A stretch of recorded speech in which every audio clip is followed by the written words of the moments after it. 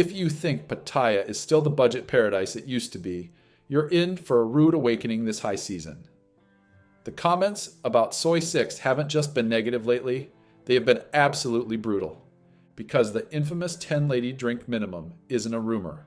It isn't an exaggeration. It's a real thing that several bars on Soy 6 have already adopted. Not every bar, let's be fair, but enough of them that people are posting about it on the forums, Facebook groups, and Pattaya subreddits. When multiple guys share the same experience from different bars, you know something's definitely going on. And here's how insane it gets when you actually run the numbers. A standard lady drink is roughly 180 to 220 baht, depending on the bar. So if a place hits you with a 10 drink minimum, you're already locked into 2,000 baht, and that's before anything even happens. Add the bar fine, usually another 2,000 to 2,500 baht, and suddenly you're sitting at 4,000, before the night has even begun. Not after, before. You haven't had fun yet. You haven't made a memory. You've just paid the entry fee. And that's why guys online are furious, not because they don't want to spend money, but because the rules have changed so fast and so drastically that it feels like a different game entirely. And just when you think it can't get more ridiculous, there's the part everyone keeps pointing out, the part that almost turns frustration into comedy. Meanwhile, the girl's been sipping Fanta with a splash of Sprite the whole time. You know it. I know it. Everyone knows it. One guy joked on a forum, "I'm not buying her drinks. I'm buying the bar 10 bottles of soda water." Another guy said, "This is the fastest way to turn Soy 6 into a museum. Guys will visit, look around, and leave." And honestly, he's not wrong. Let's talk about something most guys don't think about until they're standing at an ATM on Walking Street, staring at the withdrawal slip like it personally insulted them. For decades, the math was simple. You landed at Suvarnabhumi, changed your money, and suddenly you were rich. That was the deal. That was the unspoken contract between the Western traveler and the Thai tourism industry. You worked hard in a high-cost country so you could play hard in a low-cost one. But recently, that math isn't mathing the way it used to. The Thai baht doesn't need to be historically strong to hurt your wallet. It just needs to be stable while your home currency takes a beating. And that is exactly what has been happening across the board. Look at the euro. For the last 2 years, it's been up and down like a yo-yo, but if you look at real purchasing power parity, it's gasping for air. The energy crisis, the stagnation in major European economies, it all trickles down to how many Singa beers you can buy in Treetown. The British pound, it's the same story, maybe even more volatile. Post-Brexit adjustments and domestic inflation mean that the sterling isn't quite as sterling as it was in the glory days of 2010. Also, the US dollar, the global heavyweight, has been wobbling. It's not collapsing, but it's losing just enough strength that regular travelers feel it. When you combine a softening dollar with 3 to 4% inflation back home, your disposable income shrinks before you even book the flight. So when guys get on the forums or sit around the bar and say, Pattaya feels 30% more expensive this year, they aren't imagining it. They aren't just being cynical old expats. They are feeling the macroeconomic pinch. A beer in Thailand didn't suddenly turn into a luxury asset. Your home economy just took a massive bite out of your spending power before you even packed your suitcase. It's not just the exchange rate, though. It's the domestic reality in Thailand. If you walk into a 7-Eleven today compared to 5 years ago, the price on the sticker has crept up. Street food? That 40 baht krapao is now 60 or 70 baht in tourist zones. Hotels that used to be stuck firmly at 1,200 baht are pushing 1,800 or 2,000. On paper, a 600 baht increase doesn't look like a tragedy, but when you multiply that by a 14-day trip, that's 8,400 baht. That's a few aggressive nights out, gone just on sleeping. This is the quiet tax. It's the cumulative effect of global oil prices, Thailand's own struggle with electricity costs, which are skyrocketing for business owners, and the post-COVID need to recoup losses. When your currency weakens and local prices creep up, you get squeezed from both ends. Everything in Pattaya feels significantly more expensive because mathematically it is. But here's the kicker. Local prices aren't just reacting to inflation. They are reacting to a change in strategy. Let's get honest about the landscape. with hotel prices climbing, with bars introducing wild rules like 10-drink minimums, with restaurants creeping deeper into Western pricing territory. Is Pattaya still worth it? It's complicated. The answer is yes, but only if you mourn the Pattaya of the past before attempting to enjoy the Pattaya of the present. The Pattaya of 2005 is dead. That Wild West frontier town, where rules were merely suggestions, and 1,000 baht made you a king for the night, doesn't exist anymore. The Pattaya of 2012? Gone. Even the Pattaya of 2019 feels like a different planet. We have to stop comparing today's prices to the golden era. That time is over, killed by a combination of gentrification, the internet, and the global standardization of tourism. Just walk down Beach Road or Walking Street tonight and look at the crowd. It used to be overwhelmingly Western men, Japanese salarymen, and the occasional tour group. Look around now. It's a total melting pot. You've got massive numbers coming in from India, Russia, China, South Korea, and the Middle East. Why does that matter for pricing? Simple, because different demographics spend differently. Then there's the quality tourist pivot. The Thai government and big hotels have been totally explicit about this. They want quality over quantity. They're actively trying to shake off that cheap Charlie's Paradise image and rebrand as a luxury lifestyle destination. The expectations went up, the crowd shifted, and the nightlife scene evolved to extract maximum value from this new, diverse group. Despite the price hikes and the gentrification, here's the important part. Pattaya is still Pattaya. It has merely changed its flavor. It is still full of characters, stories, odd nights, and unforgettable mornings. Back in the day, everything felt like a street food buffet. Cheap, fast, easy, friendly. Now it's a la carte. Some things are still cheap. Local buses, street skewers, happy hour beers. Some things are mid-range. And some things, specifically inside the high-end go-go bars on Walking Street, will make you stare at the bill and wonder if the cashier added an extra zero by accident. Is the city still worth visiting? Absolutely. Why? Because Pattaya still offers something no other city in the region does.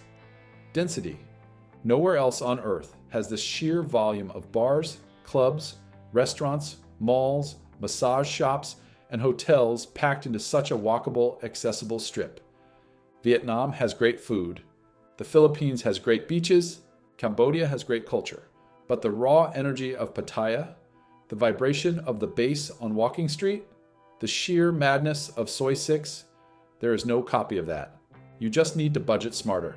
You have to evolve from being a kid in a candy store to a savvy consumer. Avoid the overpriced tourist traps. Know where the good deals are, and accept that some nights will cost more than you expect. If you spend any time in the digital trenches, the Thai visa forums, the YouTube comment sections, the dedicated subreddits, the private Facebook groups, you will notice a distinct pattern emerging. Guys aren't quitting Pattaya cold turkey. They are just cheating on her. The loyalists are diversifying. The one-stop shop mentality is dying. More guys are splitting their trips, turning a 2-week holiday into a multi-country tour. 5 days in Pattaya, 5 days in Vietnam, Da Nang, or Ho Chi Minh, 4 days in the Philippines, Angeles, or Subic. Why? Because they are ruthlessly comparing metrics. They're comparing prices, hospitality, visa ease, safety, and the bang for buck ratio. One veteran commenter on a popular forum recently wrote, "Pattaya used to be the only place I visited. It was automatic. Now I bounce between Da Nang, Angeles, Pattaya, and Phnom Penh. I just go where the math makes sense. If Pattaya wants $100 a night for a mediocre experience, I'll take my money to Da Nang, where $100 makes me a VIP." Another added, "I'll always return to Pattaya for the nostalgia, but I refuse to be ripped off. I treat it like a layover now, not the main destination." And perhaps the most telling sentiment, Pattaya is my base, but Vietnam is my value. People aren't angry that Pattaya is expensive. Inflation happens everywhere. People are angry that it's becoming more expensive without improving the product. If prices go up, but the service gets better, fine. But when the prices go up and the service feels more rushed, more transactional, and more cynical, that is when frustration kicks in. That is when the rip-off Thailand threads start trending. Because what guys are feeling is this: I'm paying more, but getting less. And trust me, nothing pushes a loyal tourist to try another country faster than feeling taken for granted. Da Nang, HCMC, everywhere you go, it's buzzing. The beer's cheap, the food's incredible, and the whole vibe feels younger and more energetic. And with that new 90-day e-visa, yeah, Vietnam suddenly became very attractive. A lot of guys are straight up saying it's the number one threat to Thailand's throne. Cambodia is its own little world. Phnom Penh has a loyal following, and Sihanoukville, well, let's just say it's had major issues with construction, casinos, and crime. But if you're a budget traveler, Cambodia still has prices Thailand ditched a decade ago. Cheap rooms, cheap food, cheap nights out. It's old school Southeast Asia in a lot of ways. Men are flexible. Men adapt. Men shop around. Pattaya used to be the obvious, undisputed heavyweight champion of the world. Now, it's one choice among many. It is still iconic, but it is no longer automatic. Let me say something that most guys won't admit publicly, but every guy over 40 quietly feels when he pays 180 baht for a San Miguel Light. This isn't just about the money. If it were just about the math, we'd all be drinking 7-Eleven beers on the curb. It's about the nostalgia. It's about the Pattaya we remember, the Pattaya that felt like ours. Think back to your first trip. Maybe it was 2002, maybe 2010. The beers were cheap, yes, but the laughs were cheap too. The adventures felt low stakes. There was no stress, no rules, no pressure, no check-bin shock. Just pure, uncomplicated fun. You didn't come here because you were rich. In fact, many guys came here specifically because they weren't rich back home. They came to feel free, to escape the grind of the West, the utility bills, the strict laws, the inflation, the endless responsibilities, the cancel culture, the pressure to be politically correct. Pattaya was the pressure valve. It was the great escape. It was the place where the world felt simple again, where a smile was easy to find and didn't cost a fortune. And now Pattaya is slowly adopting the same mindset you ran away from. It starts with the service charge added to bills. Then the VIP booking only signs appear, followed by the heavy policing of closing times. The fees, the minimums, the surcharges, the fine print, the nickel and diming. That's what stings. It's not the literal 20 baht increase. Most guys can afford an extra dollar here and there. Most can afford a 200 baht price hike on a hotel room. We aren't destitute. What hits harder is the psychological shift. It's the idea that Pattaya is losing the magic that made it special. The spontaneity. The feeling that this place was built for people like you, regular guys looking for a break, is fading. It feels like it's pivoting toward luxury travelers, family influencers, and package tours. It's the symbolism of the price hike. It's the realization that things have changed. And maybe you didn't want them to. You wanted one place in the world to stay exactly how you left it.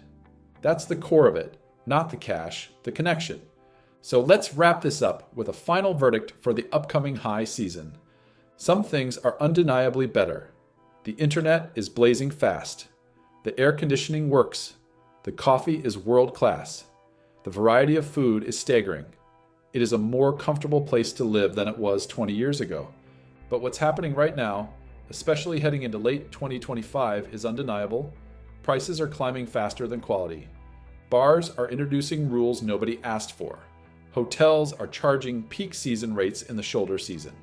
Restaurants are testing the upper limits of what tourists will tolerate. And everyday guys, the backbone of Pattaya tourism for 40 years, are feeling squeezed. Does that mean Pattaya is over? Number. The demise of Pattaya has been predicted every year since 1998, and every year it is busy. But it does mean the game has changed.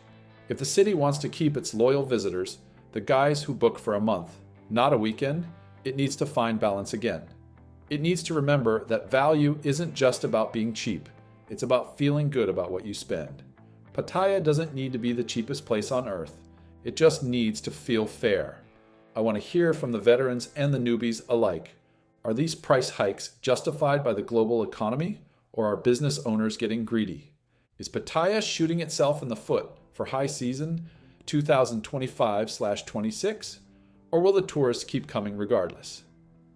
Let me know your thoughts in the comments below. I read every single one. Thank you for watching. Stay savvy with your bot, and I'll see you in the next video.